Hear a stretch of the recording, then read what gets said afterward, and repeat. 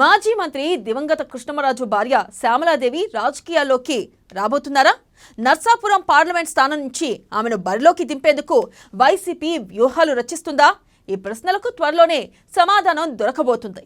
కృష్ణమరాజు జయంతి వేడుకలు మొగల్తూరులో ఘనంగా నిర్వహించబోతున్నారు. ఇదే కార్యక్రమంలో రాజకీయ ప్రవేశం గురించి శ్యామలాదేవి కీలక ప్రకటన చేయబోతున్నట్లు తెలుస్తోంది.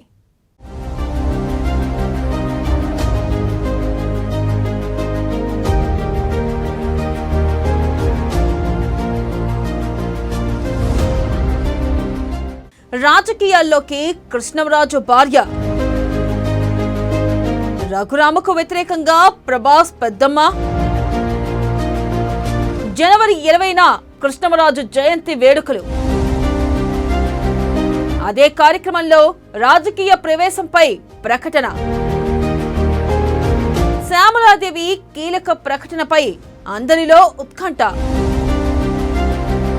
శ్యామలాదేవికి వైసీపీ నుంచి లోక్సభ టికెట్.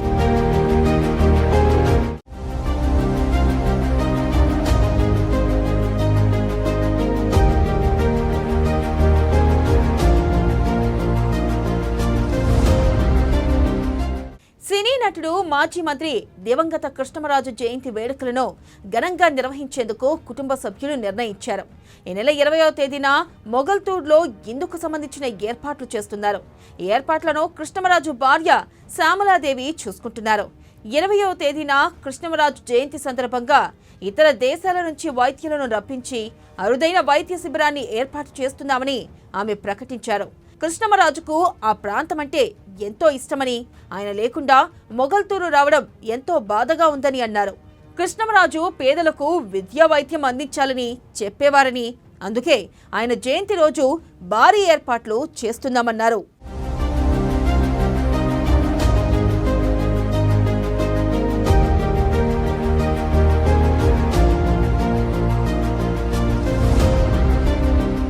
కృష్ణమరాజు భార్య శ్యామలాదేవి కొద్ది రోజుల నుంచి రాజకీయాల్లోకి వస్తారన్న ప్రచారం జరుగుతుంది.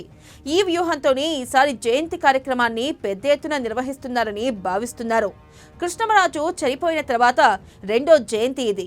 గతం కంటే భిన్నంగా భారీగా చేయాలనుకోవడం వెనుక రాజకీయం ఉందని భావిస్తున్నారు. ఇదే అంశంపై శ్యామలాదేవి కూడా స్పందించారు.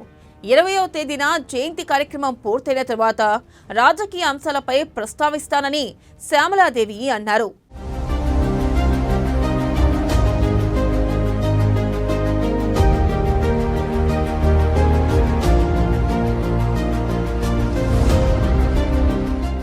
నర్సాపురం లోక్సభ నియోజకవర్గంలో క్షత్రియులది బలమైన ఓటు బ్యాంకు.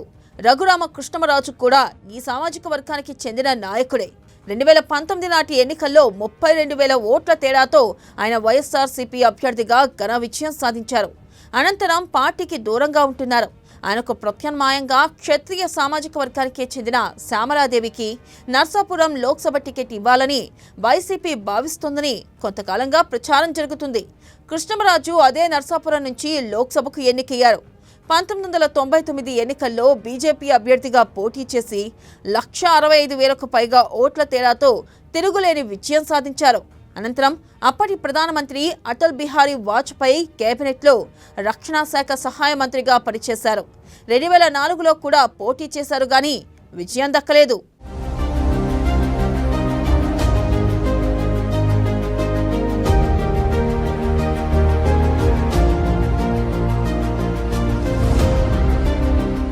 గతంలో తన భర్త కృష్ణమరాజు ప్రాతినిధ్యాన్ని వహించిన నియోజకవర్గం కావడం వల్ల శ్యామలాదేవి వైసీపీ చేసిన ప్రతిపాదనలను అంగీకరించడానికే అధిక అవకాశాలు ఉన్నాయని అంటున్నారు.